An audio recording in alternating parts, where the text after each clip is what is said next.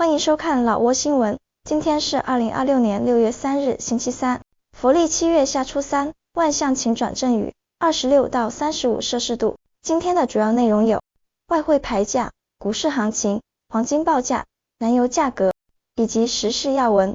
首先来关注外汇。根据老挝外贸银行最新公布的今日外汇价格，美元的银行买入价为21758基普，较上一个交易日上涨15基普，涨幅 0.07%。泰铢的银行买入价为672.08基普，较上一个交易日下跌1基普，跌幅 0.15%。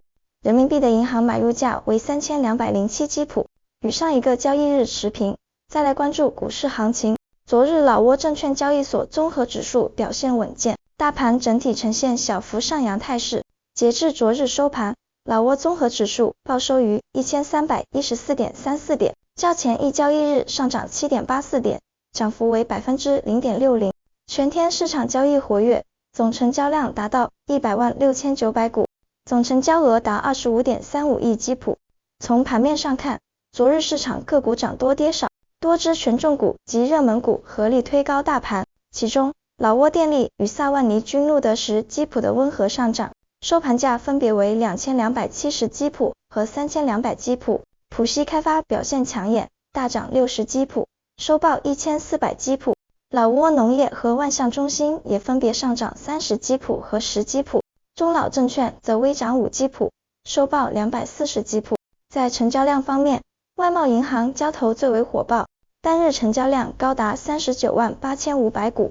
相比之下，部分个股昨日承压回调，联合发展银行跌幅最大，下跌50基普，收报8050基普。外贸银行与老挝石油均小幅下跌10基普。总体而言，昨日老挝股市在一众上涨板块的带动下，成功走出红盘行情，市场交投意愿良好，大盘整体维持了健康向上的运行格局。接着关注黄金价格。根据老挝黄金银行最新公布的价格，重量为1铢的黄金金条，每根售价是4959万9000基普，较上一次报价下跌9万9000基普，跌幅 0.2%。然后关注今天的万象油价。今天万象市各家油站执行5月27日老挝工贸部公布的燃油价格，柴油每升33420基普，普通汽油每升32800基普。接下来一起关注时事要闻。1. 国家主席抵达杭州，开启对华国事访问。6月2日，国家主席通伦西苏里携夫人及高级代表团抵达杭州萧山国际机场，开始对中国进行为期5天的国事访问。中联部副部长陈舟及老挝驻华大使等前往机场隆重迎接。据悉，此次访问旨在进一步弘扬老中传统友谊，深化全面战略合作伙伴关系。访问期间，通伦总书记将与中国高层领导人举行会晤，并实地考察当地重要企业。2. 国防部长观摩老俄联合特种作战演习。6月1日，副总理兼国防部长康良、乌塔凯宋大将与俄罗斯驻老大使谢尔盖索德斯基一行亲临视察并观摩了老俄拉罗斯2026联合特种作战模拟演习。演习涵盖城市作战、空投、高级别安保及无人机实战等科目。两军官兵紧密协同，圆满达成预期目标。汇报会上，俄东部军区副司令伊万塔拉耶夫上校高度评价了老挝官兵的快速领会能力与实战技能，指出其在城市地形战术、武器装备及爆破物运用上的作战水平显著提升。随后，国防部长一行还观摩了俄军参演的现代化武器装备展。3. 公安部办公厅举行植树活动。近日，公安部办公厅在农丁格尔村生产基地举行植树活动，喜迎国际儿童节与全国植树节。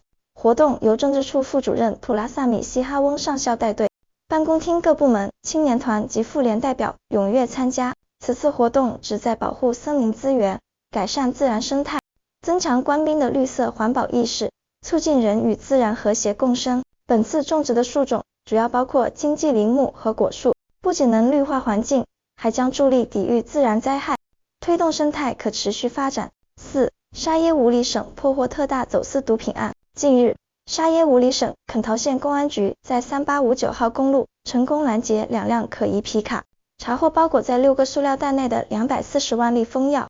当晚，警方根据线索顺藤摸瓜，又拦截了另一辆涉嫌参与接应的皮卡，共抓获5名犯罪嫌疑人，扣押涉案车辆3辆。经审讯，嫌疑人对联合贩运毒品的犯罪事实供认不讳。5. 老挝正式启用集中式现代化海关系统。6月1日，老挝集中式现代化海关系统在塔纳棱陆港及第一友谊大桥口岸正式启用。副总理兼财政部长盛提帕、彭威汉等领导出席开通仪式。